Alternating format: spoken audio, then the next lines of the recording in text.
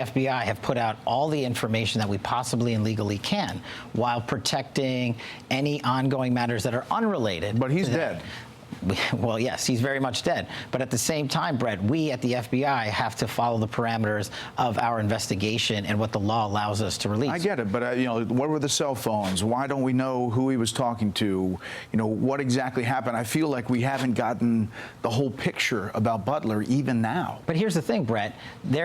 We can provide, and just an example here, we've provided 40,000 pages of documents to Congress. That's a 400% increase from the prior two directors. We will continue to provide this information with our partners on Capitol Hill when we are legally able. It's never going to be enough for everyone.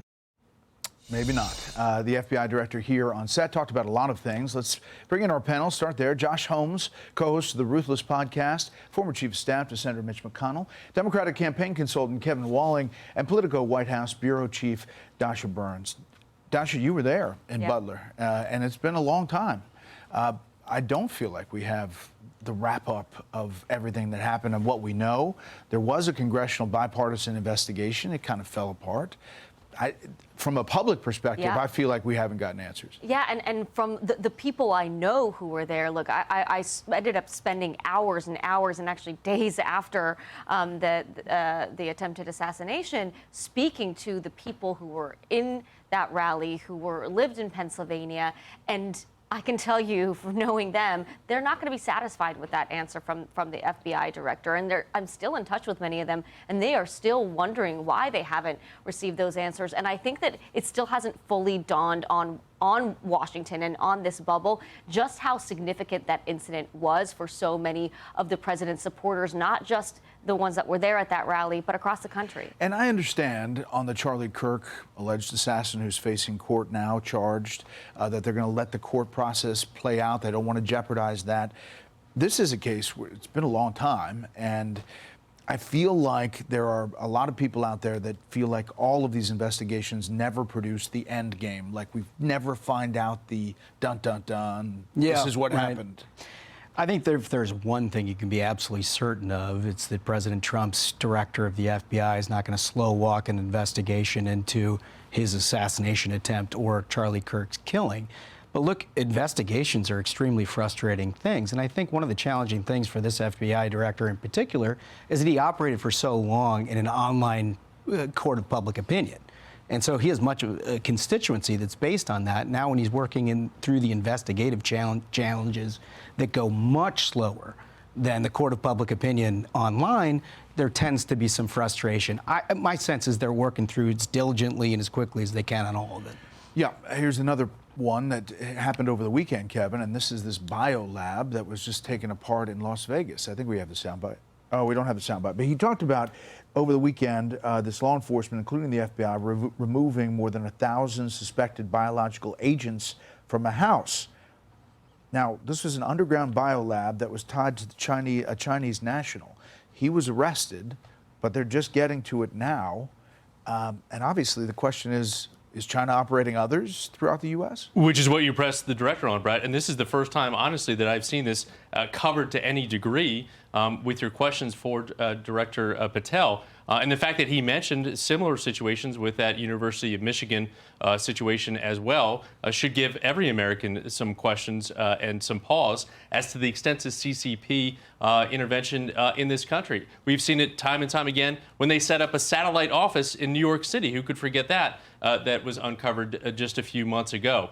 So certainly when you have nefarious actors like the CCP on the ground in these communities, the fact that there isn't more information coming from federal law enforcement should give us all some pause. Okay, Dasha, reporting at the White House today, the president meets with the Colombian president, Petro. We have a shot of them in the Oval Office. It was closed press, so there was no questions in that whole meeting. Which is not how it typically goes for foreign officials coming in. Right, and so now we'll see President Trump then and now with Petro here. Colombia is very sick, too, run by a sick man who likes making cocaine and selling it to the United States. So there will be an operation by the U.S. It sounds good to me. I mean, he's been very nice over the last month or two. He was certainly critical before that, but somehow after the Venezuelan raid, he became very nice. He changed his attitude very much. We had a very good meeting. I thought he was terrific. He was very good. We got along great. Got along great. So we don't really have, that's what the president talked about today. Yeah, it's been a roller coaster of a relationship. He is one of the few world leaders that has come out criticizing the president. He came out swinging on how the president's handling of Gaza. He criticized the boat strikes off the coast of Venezuela. But as the president said, the tune changed. I mean, look, Colombia has historically been one of America's closest partners in South America.